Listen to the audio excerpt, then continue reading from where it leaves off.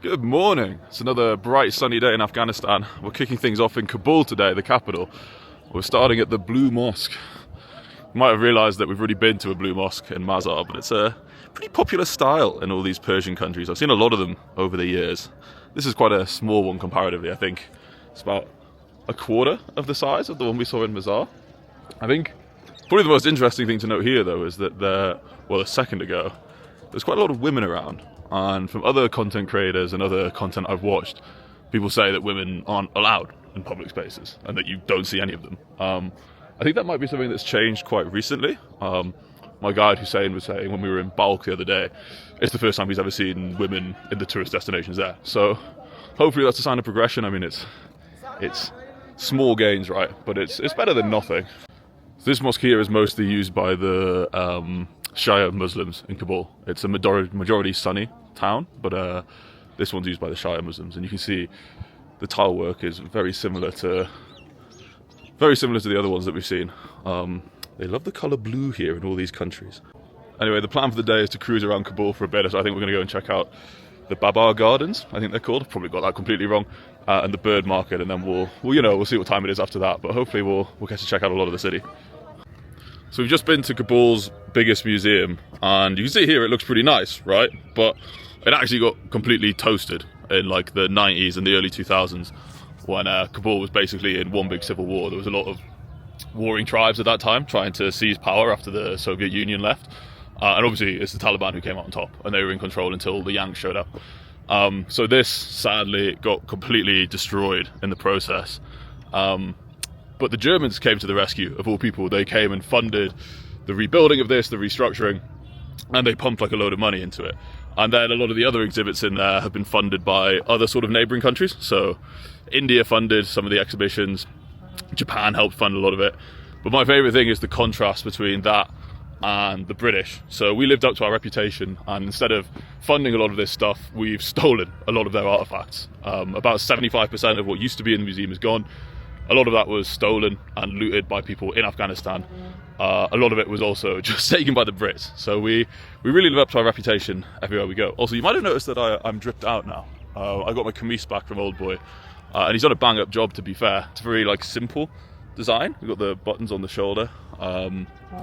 But yeah, not a lot of decorative work going on, and he's done a great job.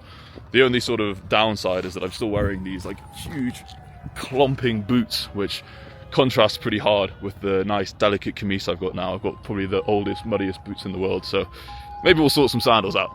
Just arrived at the Bayan Gardens. I'm very much enjoying this sign, which says not only can I not bring my guns in here, but I can't bring my knuckle duster equipped with shank or my football, and I'm not even allowed to smoke. So we've made it into Babur Gardens now, and the good news is there's no one here with guns, there's no one here with the knuckle duster shank combo. People are respecting the rules, but that's because there's nobody here at all. There's literally no one. I was expecting to come in and all of these trees to have Afghan families under them, or groups of friends or something, sitting on carpets, drinking tea, having food. That's sort of what I'd seen from photos of this. But no, instead it's completely deserted. It's pretty much me and a handful of staff just over there doing maintenance work on it. And that's because when the new regime came in, they made it so that families can only visit on certain days. And this is one of the days of the week where only men can visit. And that means, because it's the middle of a working day and you can't have any women or children, there is pretty much no one here. And the other side of that is it means that because there's no one here half of the time, they can't even afford to keep the water feature running. So this is supposed to normally have water in it, but they can't afford to keep it on. So not only is no one here enjoying it, but it means that they don't really even have the money to keep the place running. And you've got to say it's all a bit silly. So we're just out having a coffee now in the gardens, and it's still pretty deserted. I mean, there's one gentleman over there, and that's pretty much it. But you were saying that when you were at university, this place would have been full all the time, right? So before the rule change, which makes it pretty sad, because you should have sort of families sat around, kids running about, and instead it's us and the coffee man and the guy who uses the hose. The good news is that two people here have told me I look Afghan now, though. So I'm doing a good job of blending in, which should help keep me out of trouble. So we're just leaving now, and there's definitely a few more people hanging around at the end there, but still, I mean, there's more people out here selling stuff than there is in the gardens themselves, enjoying them. So we've gone from the complete peace and quiet of the gardens to like literally the complete opposite. I mean, it's pretty crazy out here. I'm guessing, is this one of the central bazaars? Yeah. Like one of the main bazaars, and we're on the way to the bird market. So we found the Kabul bird market, and it's exactly what it sounds like. It's a market with so many birds. Like, I have never seen this many in my life. And none of these are for eating. These are all like people's pet birds, like exotic birds. And yeah, look at this guy. This guy's got like 100 little like teeny tiny birds in there, and like some big ones over there. And everyone is just selling different types of birds. And I can show you what it looks like and sounds like, but the smell isn't great. But it smells like thousands of birds. Oh, this little fella. He's adorable, the one in there. I don't even really see him. Oh, there he is. He's come out. Little like puffin thing. I've never seen most of these birds before in my life. They're quite mangy though. A lot of these birds are kept in cages that are quite clearly too small for them. But I guess that's the way it is. Oh, this guy seems to be confused because those aren't birds at all. They're rabbits. Have a look at this guy's rabbits. Yeah, a load of little bunnies in here. These aren't birds whatsoever. This also doubles up as the blacksmith street, and this guy here is sharpening a knife right next to all these birds. So I guess they're getting hit by sparks, but it's probably like the least of their worries, to be honest. One of these knockoff Red Bulls. Which you got here? Do you have like the normal Red Bull here? Like the Red Bull energy drink? So they've got this one, which is like, I'm pretty sure that's the Chicago Bulls logo, I think. And then there's another one as well, right? There's the knockoff Monster. Yeah, here we go. Meta Energy, which probably looks quite a lot like something you'd recognise from back home. Yeah. How much would it be for one of these? Yeah, it looks a lot like a Monster Energy here. I'd like to try one of the like local ones. Which would you recommend between the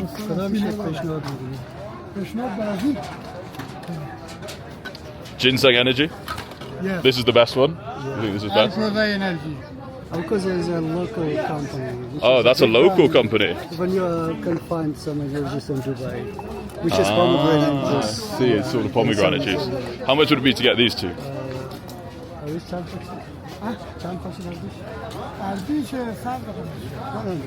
Okay, let's do it. Yeah, that sounds good. Let's get the energy drinks. I'm okay with two. I think two is probably enough. I don't need unlimited energy. So we're gonna get. This is a local one, and this is recommended by Hussein. Yeah, nice. So what's this game? Everyone grabs one leg and then. And they bump each other.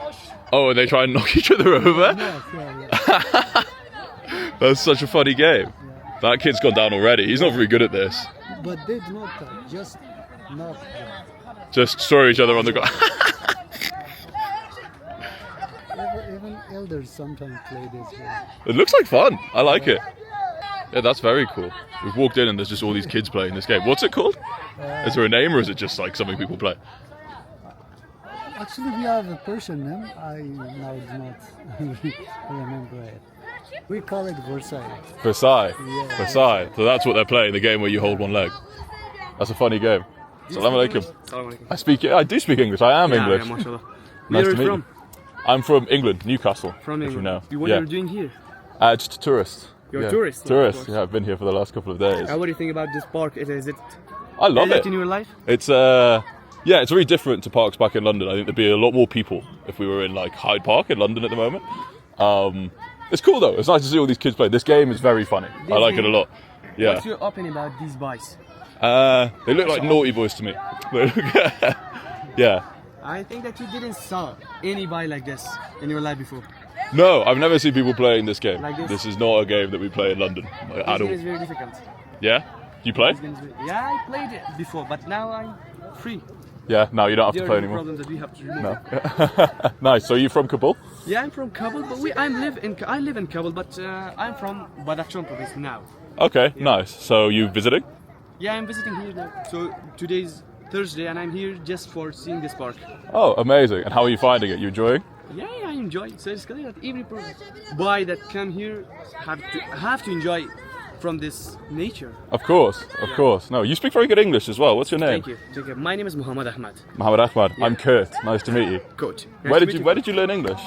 Yeah, here in Kabul. Here in But Kabul? I like the English language very much, so I spoke with myself every time. So it's clear that I studied in different courses, and now So I don't know that. Am I a good speaker? So or you're a no? very, very good speaker. Yeah, you speak like you've been speaking for years. thank you. Yeah, you're exceptionally good. You have good understanding. Yeah, perfect. Really nice to meet you. Nice to meet you Thank you too. for your time. Thank Appreciate it. Take care. Enjoy your trip. So this is the view from the top of the hill, and you can see one half of the city here, and then the other half is on the other side. But it's absolutely massive. Like, I did not realize how big Kabul is. It's a population of 7 million, which I was just saying, I think is almost as high as London. And I consider London to be like one of the biggest, and well, maybe not the best, but one of the biggest cities in the world. So the fact that Kabul sort of borders that, like in terms of size, is pretty crazy. I don't think many people realize how big this place is. Do you know what game this is that they're playing? This is Dura. Duram. This is a cultural and social game for the thing that they use for the horse. What did this? Oh, so they use the whip that they use on horses whip. on each other. So Dura is in Persian. Yeah. Oh my god! Yeah. So they're whipping each other with like a horse whip. Yes, this is a circle, and there are two teams. One is in the circle, and another is beside we're in the circle. For example, 3 or 4 players in the circle. They want to kick out another ones. If Yeah. you kick out another ones, you will win the one game, and another team will enter the circle. That's so brutal. Yes. And that's a game? People do this for fun? Wow. I can't. What's the name of the park? I've already forgotten. Wazir Akbar Khan Hill. Wazira. Oh, I'm not. Okay, my pronunciation isn't very good, but this is famous because it's got this absolutely huge flag. So it's 55 meters in length, which is ridiculously big. And at first I thought, oh, maybe the Taliban have had this made to compensate for something. But it turns out this was a gift. So it came from India. They made it when the new regime came in, and they gave it to them as a present. And it's so big that I really hope it never falls off, because yeah, that would cause a bit of damage, I think. Country and other European countries do not recognize the Imarat Islamic of Afghanistan officially. I think a lot more places are now. A lot of places, I think, still hold a grudge from 20 years ago, maybe. I think they sort of live a lot in the past. They don't really want to look at how the country is now compared to how it used to be. So I think it's more just outdated perceptions, and it's getting better because more people like me and a lot more people in Europe in general are happy to come now. And you know, even 1 year ago, I think if you'd asked, would I visit Afghanistan, I might have said no. I'm not sure I would have said yes. But now, you know, I was happy to come, and I'm happy to be here. Yeah. How do you describe Afghanistan to outside people, especially for visitors? I think I'd say it's the friendliest country I've ever been Especially to. condition in condition for Afghanistan. The condition of Afghanistan? I think it's. Is this peaceful or not? I was about to say, I think it's a lot safer than people realise. I've not felt in any danger at all any time I've been here. You know, I've been to other countries that I feel a lot more dangerous than Afghanistan. So you know, if anyone asks me, I think that's the first thing I'd say, is that it's a bit of a misconception that Afghanistan is very dangerous. Assalamu alaikum. The people in the media, they not prepare the media of Afghanistan peaceful. Yeah, I think in the media there's a perception that it's still... media. Yeah, social media. Social media is a bit better, I think, because you get people who've actually been. Yeah, of course. Yeah, of course. Sorry. Came here. So I think social media is actually a bit better because a lot of people are coming now and they're seeing that, you know, situations like this are very safe, like they're all okay. I think the sort of big media, so like news companies, that sort of things, they have very, very old perceptions of Afghanistan. You know, they don't realise that this is a much safer country than it was. Yeah. If you will go to England, do you want to, and you will be describe the situation of Afghanistan actually here, what's arguing on here? Yeah, I think I'd explain that to any of my friends that if they think it's dangerous, which I think a lot of them do, that it's really not. It's, you know, it's a lot like all the other countries in this region. You know, it feels a lot like them. How much time do you came here? I've been here for 3 days, and I'm here for How one more much week. time? How much? I have one more week here, and then I go to Pakistan. How many times do you try now to come in Afghanistan? How many times? How many provinces? Oh, how many provinces? 3 or 4, I think. Mazar Sharif, Samarkand. The hat is Where did you? a couple, 4. Mazar, Mazar, Balkh, Balkh, Samandal. and now Kabul. Yeah. What is your respectable name? Sorry, What is your name? my name is Kurt. Kurt. Yeah. Kurt. C-U-R-T. Yeah. What's it? British.